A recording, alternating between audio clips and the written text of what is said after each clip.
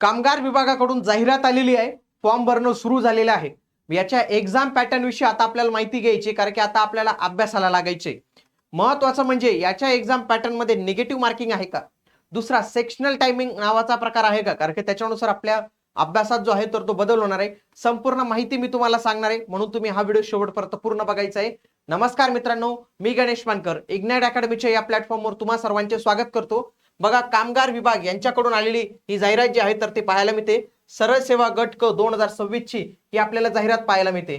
याच्यामध्ये जो कायद्याचा जो भाग आहे मित्रांनो, त्याच्यासाठी आपण सेपरेट कर्मवीर एक कायदे बॅच जी आहे तर ती लॉन्च केलेली. याच्यामध्ये जे काही कायदे असतील ते लाईव्ह प्लस रेकॉर्डेड अशा दोन्ही फॉर्मॅटमध्ये तुम्हाला शिकवले जातील. संपूर्ण तुमची 80 गुणांची तयारी इथं जी आहे तर ते करून घेतली जाणार आहे. पूर्णतः टीसीएस पॅटर्न नुसार इंग्लिश आणि मराठी अशा दोन्ही भाषेत या कायद्यांचा जो आहे तर तो समावेश असणार आहे. इग्नाइट अकॅडमीचं ऍप्लिकेशन डाउनलोड करून तुम्ही या बॅचला एनरोल करू शकतात. काही प्रॉब्लेम असेल तर हा नंबर दिलेला आहे, याला तुम्ही कॉल करू शकतात. बघा, निरीक्षक या पदाच्या चांगल्या जागा आलेल्या आहेत, 62 जागा आलेल्या आहेत. बाकी लेखापालच्या 12 आणि लघु टंक लेखकच्या 4 जागा ज्या आहेत तर ते इथं आलेल्या आहेत. आता परीक्षेचे जे टप्पे पाहिलं तर तिन्ही पदांसाठी एकच परीक्षा आहे. एक छान काम केलेलं आहे की वेगवेगळी परीक्षा त्यांनी घेतली नाही, वेगवेगळा सिलेबस त्यांनी दिलेला नाही, एकच परीक्षा त्यांनी ठेवलेली. म्हणजे निरीक्षकसाठी, लेखापालसाठी, लघु टंक लेखकसाठी. लक्षात घ्या, याच्यासाठी उमेदवार लागतो पदवीधर, याच्यासाठी लागतो उमेदवार कॉमर्सचा, आणि याच्यासाठी लागते स्टेनोवाला, म्हणजे त्याला ते हे पाहिजे, त्याचं कंप्लीट पाहिजे टायपिंग, त्याच्यानंतर ते हँड रिटनचं काय असतं त्यांचं ते कंप्लीट पाहिजे.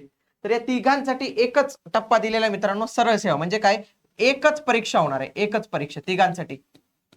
आता ही परीक्षा एकाच दिवशी होणार का, असं नाही, वेगवेगळ्या दिवशी होते, कारण की ते अर्जांवर अवलंबून आहे. म्हणजे एका दिवशी 3 शिफ्ट मध्ये होऊ शकते, आणि खूपच जबरदस्त आले तर 2-3 दिवस जे आहे तर ते होऊ शकतं.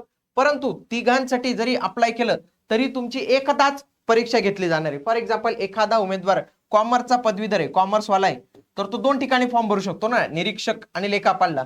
परंतु त्याला एकदाच परीक्षा द्यावी लागणार आहे. त्याच्या हॉल तिकीटवर निरीक्षक पण राहणार आहे आणि हे पण राहणार आहे, लेखापाल पण राहणार आहे, हे लक्षात घ्या. ओके, तर या गोष्टी समजून घ्या. याच्यामध्ये लक्षात घ्या, 100 प्रश्न तुम्हाला विचारले जातील, 200 गुण. म्हणजे काय की एक प्रश्न इज इक्वल टू 2 गुण असतील. आणि दर्जा पदवी लेवलचा असेल, म्हणजे काय की प्रश्न काही साधे सोपे नसतील, प्रश्न थोडेसे अवघड दर्जाचे ते विचारू शकतात. माध्यम चांगलं केलेले, मराठी आणि इंग्रजी अशा दोन्ही भाषेत प्रश्न विचारले जातील. पण लक्षात घ्या, मराठी हा विषय मराठीमध्ये असेल, इंग्लिश हा विषय इंग्लिशमध्ये असेल. मग बाकी जो आपला गणित विषय, जो आपला जीके विषय, जे आपले कायदे आहेत, ते मात्र आपल्याला मराठी प्लस इंग्लिश अशा दोन्ही फॉर्मॅटमध्ये पाहायला मिळतील. वेळ मिळणार आहे 2 तास, पण या 2 तास सरसकट मिळणार आहे का तो सेक्शनल नुसार मिळणार आहे ते मी पुढे सांगतो. आणि एमसीक्यू टाईप मध्ये वस्तुनिष्ठ बहुपर्याय आहे, म्हणजे एमसीक्यू टाईप मध्ये पाहायला मिळतं. हा संपूर्ण अभ्यासक्रमचा पॅटर्न आपल्याला दिलेला आहे त्यांनी. किती, मराठी भाषेवर 15 प्रश्न असतील, किती, 15 प्रश्न त्यांनी सांगितलेले, आणि विचारणार 30 गुण साठी. ठीक आहे, चला. इंग्रजीवर पण 15 प्रश्न असतील, रिझनिंगला 15 प्रश्न. पण त्यांनी काय केलेलं आहे, अंकगणित इथं खाली पण टाकून दिलेलं आहे. मला वाटतं त्यांच्याकडून तो झाला असेल, परंतु ते अंकगणित आणि बुद्धिमापन चाचणी दोघं मिळून 15 प्रश्न ते विचारतील. बाकी राहिलेले 15 प्रश्न हे इतिहास, भूगोल, भारतीय अर्थव्यवस्था हे डबल झालं. मग बघा, इथं थोडं टायपिंग मिस्टेकच झाली. चालू घडामोडी, राज्यशास्त्र, सामान्य विज्ञान हा इथला वरचा असेल, हा याच्यावर पण सारखेच प्रश्न येतील. हा खालच्या, मला नाही वाटत हा खालच्या याच्यात जाईल.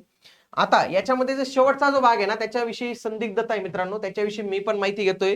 मी त्यांच्या डिपार्टमेंटला जाऊन आलो, बरेच माहिती विचारली, पण ते काय इथं काही माहिती नाही, ते मुंबईलाच माहिती असेल सगळ्यांनाच. हा जो अधिनियम विविध कायदे, कामगार कायदे ना, हा थोडासा प्रॉब्लेमॅटिक आहे मित्रांनो. कामगार कायदे असे 50-60 कामगार कायदे आहेत. मग एवढे कायदे अभ्यासायचे, मग या पोस्टला कशाला अभ्यास करेल माणूस, मग युपीएससीचाच अभ्यास करेल ना. मग ते त्याच्यामुळे थोडासा प्रॉब्लेम आहे, ते मी बघतोच. तोपर्यंत आपण महाराष्ट्र खाजगी सुरक्षा हा अधिनियम 1981 आणि माथाडी कामगारांचा हा 1969चा कायदा करून ठेवू. जवळपास 80 गुण आहेत, म्हणजे 40 प्रश्न आपल्याला जे आहेत तर ते इथं पाहायला मिळणार आहे, आणि 200 गुण. तर या पद्धतीने आपलं काम चालणार आहे मित्रांनो. हा एक परीक्षा पॅटर्न असणार आहे. निगेटिव्ह असणार आहे का, तर याचं उत्तर आता तरी म्हणजे नोटिफिकेशन मध्ये कुठलाही उल्लेख नाही, म्हणजे निगेटिव्ह मार्किंग सिस्टीम ही नसणार आहे. आता याच्याविषयी अधिकृत माहिती आपल्याला थोड्या दिवसांनी जे आहे तर ते कळणार आहे. थोड्या दिवसांनी मी पण थोडं ट्राय करतो आणखी काही माहिती विचारण्याचा त्यांच्याकडे. आता जेव्हा काही एक्झाम पॅटर्न विषयी आणखी काही त्यांची माहिती येईल तर त्याच्यामध्ये आपल्याला कळेल. पण शक्यतोवर टीसीएस ला आतापर्यंत खूप कमीच एक्झाम होत्या की ज्यांना निगेटिव्ह मार्किंग होती, म्हणजे हे निगेटिव्ह मार्किंग नसणारच आहे याला.